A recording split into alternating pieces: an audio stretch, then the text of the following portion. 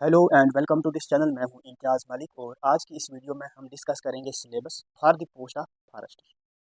Forester में total कितनी post है? तो टोटल 250 पोस्ट है, जिसमें से 152 फॉर कश्मीर डिवीजन और 92 फॉर जम्मू डिवीजन। बट आप अप्लाई कर सकते थे पूरे के पूरे 250 पोस्ट के लिए। इसमें हम सिलेबस देखेंगे, अप्रोच कैसे करना है इस एग्जाम को क्वालिफाई करने के लिए। तो ये टोटल 120 नंबर का पेपर होगा आपका। इसका मतलब 120 क्वेश्चन पूछे जाएंगे, जिसमें से कितने सेक्शन है? Total 5। Section A, section B, section C, D और ई। सेक्शन ए किसके रिलेटेड है? ये रिलेटेड है बेसिक साइंस के और ये 32 नंबर का है।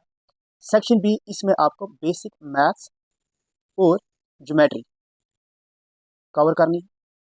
सेक्शन सी आपका जीएस प्लस करंट अफेयर के रिलेटेड है और सेक्शन सी है जीएस और करंट अफेयर 24 नंबर का है। मैथ्स आपका 32 नंबर का है।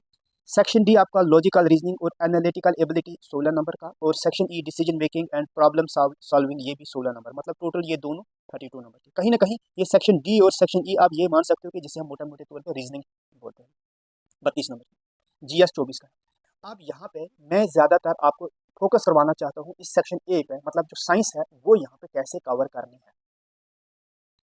क्योंकि यहाँ पे अगर देखा जाए साइंस का लिखा क्या है,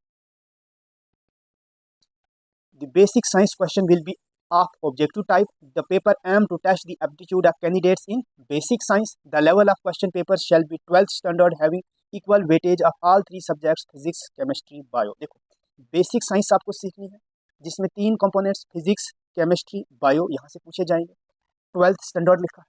अब ये ना ये चीज़ बड़ी डरा सकती है आपको कि 12th स्टैंडर्ड लिखा है, क्या आपको 11th प्लस 12th की पूरी फिजिक्स, केमिस्ट्री और बायो पढ़नी है या क्या करना है? देखो अगर आप ना 11th और 12th की ये तीनों कंपोनेंट पढ़ोगे तो आप देखना 11th क्लास में फिजिक्स के 2 बुक्स आती है, केमिस्ट्री के भी 2 आती है और बायो की भी 2 आती है 11th की बात।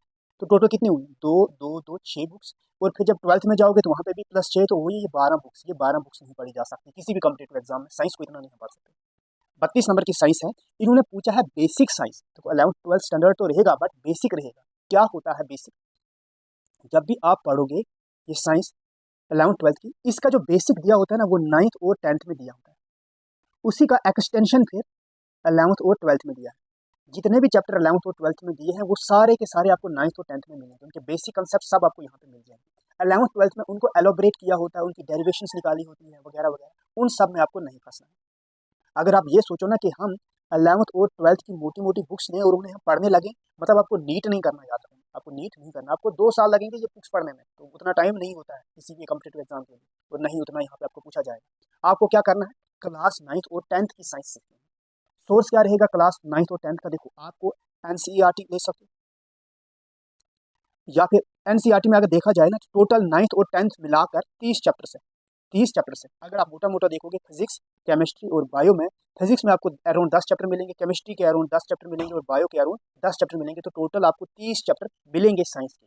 और जब आप जिस दिन आप ये 30 चैप्टर पढ़ लोगे ना अच्छे से 9th और 10th के, आपके अंदर से आवाज़ आएगी हाँ अब मुझे साइंस आती है, अब ये 32 नंबर में ले सकता हूँ। और आप ले लोगे। फिर समझ आ रही मेरी बात? ये 9th 10th की साइंस इतनी छोटी नहीं है क्या किसी भी बंदे को नहीं आती है। बहुत ही कम ऐसे बंदे होंगे जिनको 9th और 10th की पूरी साइंस आ जाए। देखो एक सब्जेक्ट फिजिक्स किसी भी बंदे को आती है, केमिस्ट्री किसी भी बंदे को आती है, बायो आती है। एक एक सब्जेक्ट आता है, बट तीनों सब्जेक्ट फिजिक्स, केमिस्ट्री और बायो 9th और 10th के ना सही से सीखना बहुत बड़ी बात होती है। तो आपको क्या करना है? क्लास 9th और 10th की एनसीईआरटी पढ़ो। और इसके एक एडवांस बुक मैं आपको बताऊं जो मैं खुद भी पढ़ता था और अभी भी पढ़ता हूँ, वो है एनसीईआरटी के अलावा एक बुक आती है क्लास 9th की भी ले सकते हो और एक एक ले सकते हो 10th की। 9th प्लस 10th दोनों के लिए ले सकते हो। अब एक साइंस की बुक जिसका नाम है एस चांद। एस चांद पब्लिशर है जो ये 2 बुक्स पब्लिश करता है, 9th क्लास की भी और एक 10th की भी। थोड़ी मोटी मोटी बुक्स है, आपको डरने की जरूरत नहीं उनसे। वो अंदर से बहुत सिंपल है, बहुत ईजी है, आपको ईजिली चीज़ों को एक्सप्लेन कर देती है। और हाँ, अगर आप चाहते हो कि ये साइंस के कंपोनेंट 9th और 10th के मैं पढ़ाऊँ, तो मैं आपको यूट्यूब पे फ्री ऑफ कॉस्ट ये सारे चैप्टर्स पढ़ाने की कोशिश करूंगा। कि जो ये 30 चैप्टर है 9th और 10th के, ये मैं आपको यहाँ यूट्यूब पे एक एक करके वीडियो अपलोड करके आपको पहुंचा दूंगा आप तक। तो आप चाहो तो मेरे यूट्यूब चैनल से भी ये चीज़ें पढ़ सकते हो। तो यही थे कुछ बेसिक कंसेप्ट जो मैं यहाँ पे बताना चाहता था about the exam of forester, कैसे ये करना है कैसे नहीं करना।